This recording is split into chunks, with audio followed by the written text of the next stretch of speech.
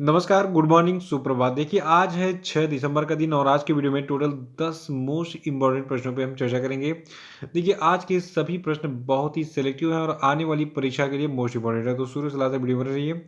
और आज की वीडियो की पीडीएफ को जो है आप हमारे वीडियो के डिस्क्रिप्शन बॉक्स से डाउनलोड कर सकते हैं और साथ में हमारे टेलीग्राम चैनल से भी डाउनलोड कर सकते हैं। और देखिए, जो लोग नए हैं वो चैनल को सब्सक्राइब करके बेल आइकन जरूर प्रेस कर देंगे ताकि आने वाले सभी वीडियो का नोटिफिकेशन आपको ऑटोमेटिक और सबसे पहले मिल जाए।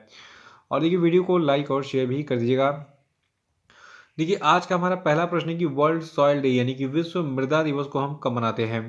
तो देखिए, हर साल 5 दिसंबर को विश्व मृदा दिवस मनाया जाता है और 5 दिसंबर 2014 को पहली बार पूरे विश्व में मृदा दिवस मनाया गया था।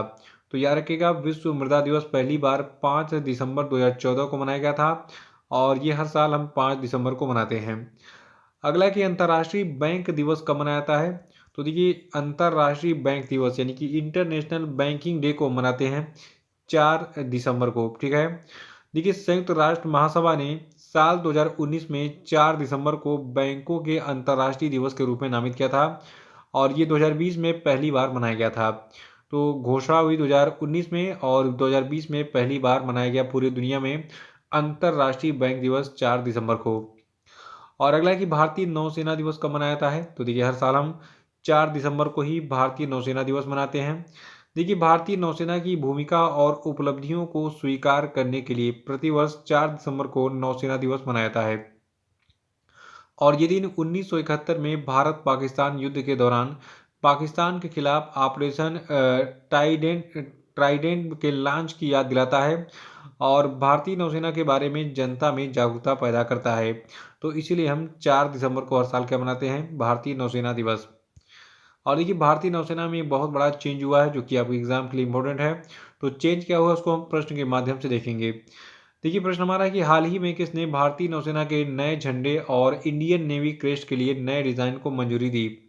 तो देखिए, भारत की जो राष्ट्रपति हैं द्रौपदी मुर्मू, इन्होंने भारतीय नौसेना के नए झंडे और इंडियन नेवी के क्रेस्ट के लिए एक नए डिजाइन को मंजूरी दी है। और ये नया झंडा कुछ इस प्रकार से दिखता है। नीचे साइड में इधर देखिए कॉर्नर पे तिरंगा लगा हुआ है और यहाँ पे एक लोगो लगा हुआ है। ये चेंजिंग क्यों की गई है ये भी आपके एग्जाम के लिए इंपॉर्टेंट है, ध्यान सुनिएगा। देखिए, हाल ही में भारत की राष्ट्रपति द्रौपदी मुर्मू ने भारतीय नौसेना के नए झंडे और इंडियन नेवी क्रेस्ट के लिए नए डिजाइन को मंजूरी दे दी है, जिसका अनावरण रविवार को यानी कि 4 दिसंबर 2022 को किया गया, जिस दिन नेवी दिवस मनाया गया। और देखिए, नौसेना दिवस पर विशाखापत्तनम में इसका अनावरण किया गया था, इसको याद रखेगा। तो विशाखापत्तनम जो है इसका लॉन्चिंग प्लेस था 4 दिसंबर को। देखिए, ये चेंजिंग इसलिए की गई है क्योंकि देखिए, औपनिवेशिक काल से जुड़ी चीज़ों से छुटकारा पाने के लिए सरकार ने ये कदम उठाया है और राष्ट्रीय प्रयास के अनुरूप नौसेना पताका को नए डिज़ाइन में बदल दिया गया है। यानी कि जो हमारा अंग्रेजों के समय से चला आ रहा जो लोगो था, डिज़ाइन था, वही यूज़ कर रहे थे हम, लेकिन अब इसको अपने अनुसार हमने बदल दिया है क्योंकि देखिए, हमारा देश आज़ाद हुए मतलब 70 साल से अधिक हो गया, लेकिन फिर भी जो है चेंजिंग नहीं हो पाई थी। तो ये यहाँ पे जो दिख रहा है ये हमारा भारतीय नौसेना का नया झंडा है। और अगला है कि हाल ही में किस युगल जोड़ी ने नेशनल शूटिंग चैंपियनशिप में मिक्स्ड टीम में पिस्टल का खिताब जीता। तो देखिए, मिक्स्ड टीम पिस्टल का खिताब जीता है मनु भाकर और सरबजोत की जोड़ी ने मिलकर। देखिए, मनु भाकर और सरबजोत सिंह ने 4 दिसंबर 2022 को भोपाल में एमपी शूटिंग अकादमी रेंज में 65वीं राष्ट्रीय शूटिंग चैंपियनशिप प्रतियोगिता में 10 मीटर एयर पिस्टल स्पर्धा में जो है मिश्रित टीम का खिताब जीता है। और ये दोनों ने मिलकर जो है जो खिताब जीता है, ये जीता है कर्नाटक की दिव्या टीएस और इमरोज को 16-4 से हराकर, इसको याद रखेगा। और अगला प्रश्न है कि न्यूयॉर्क फिल्म क्रिटिक्स सर्कल में सर्वश्रेष्ठ निर्देशक का पुरस्कार किसने जीता है। तो देखिए, न्यूयॉर्क फिल्म क्रिटिक्स सर्कल में सर्वश्रेष्ठ निर्देशक का पुरस्कार जीता है एस एस राजमौली ने। देखिए, एस एस राजमौली की एक बहुत ही सुपर हिट फिल्म आई थी RRR, ठीक है, तो इसी के लिए इनको सम्मानित किया गया है।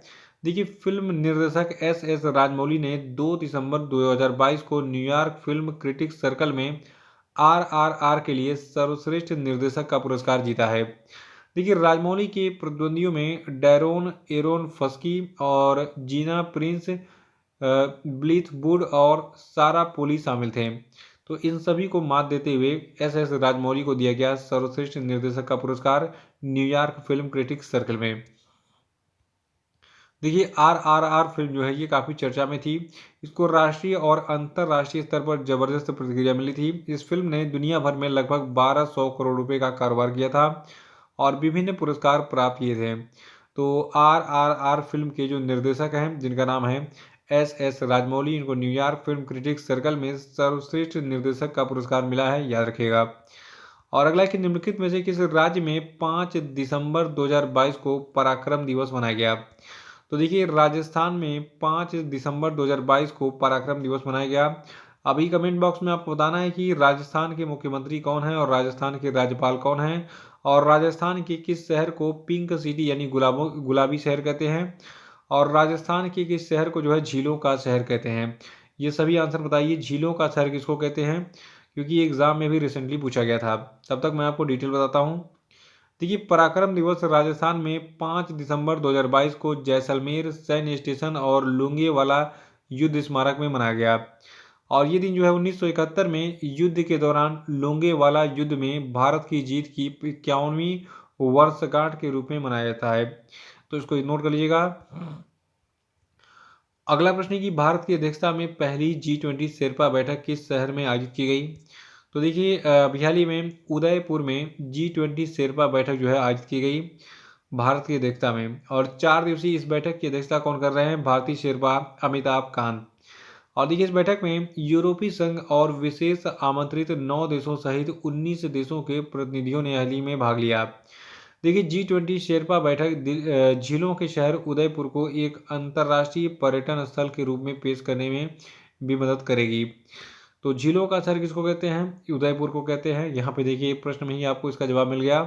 देखिए भारत ने इस महीने की पहली तारीख को औपचारिक रूप से G20 की अध्यक्षता ग्रहण की है और देखिए मेजबान राष्ट्र के रूप में ये नई दिल्ली में होने वाली अगले साल की शिखर बैठक की का एक जो है एजेंडा तय करेगी।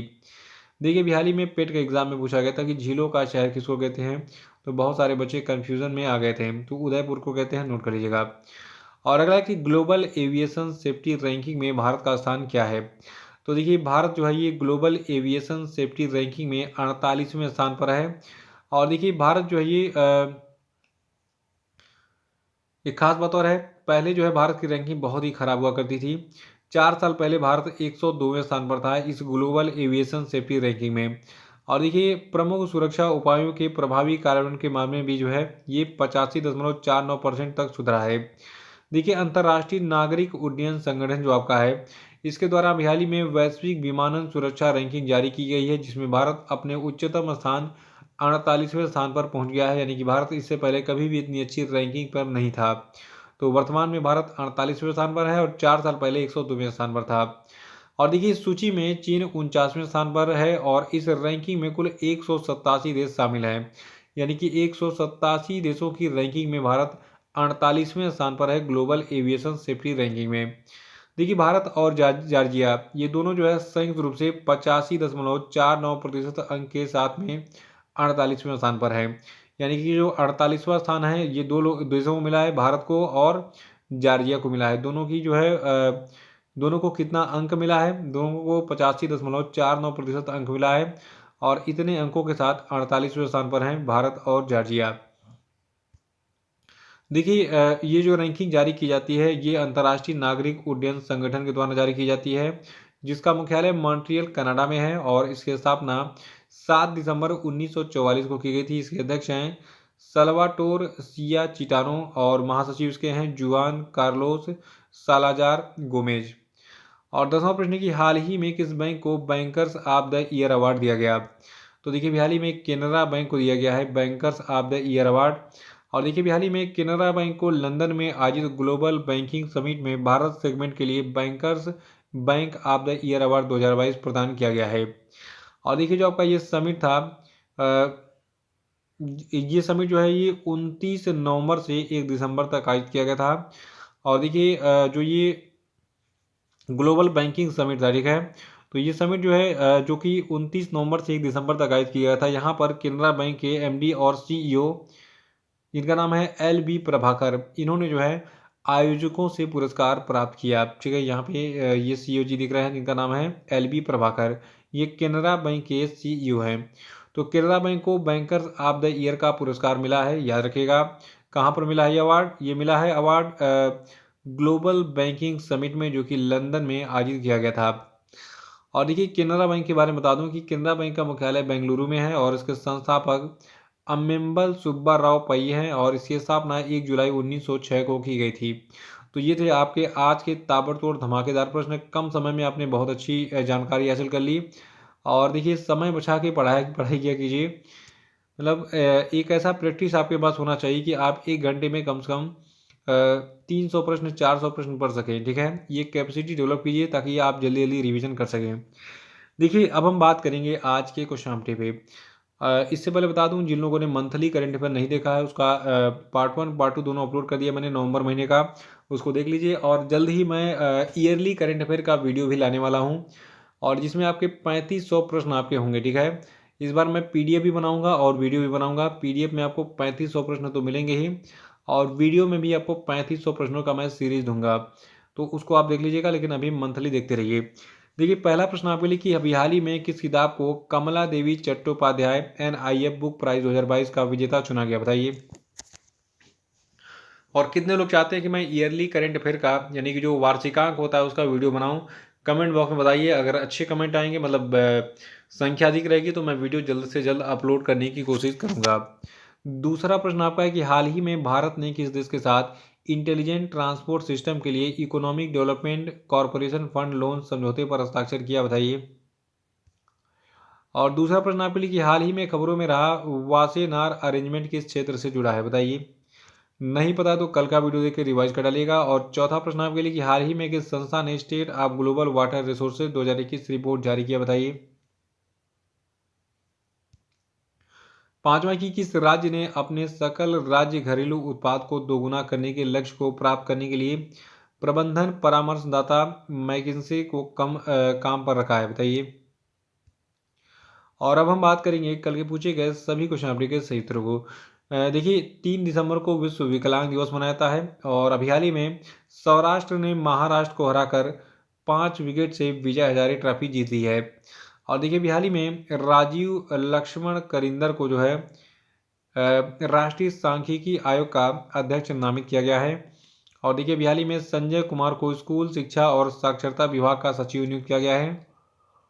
और देखिए institute of cast accountant of India के नए अध्यक्ष बन गए हैं विजेंद्र शर्मा।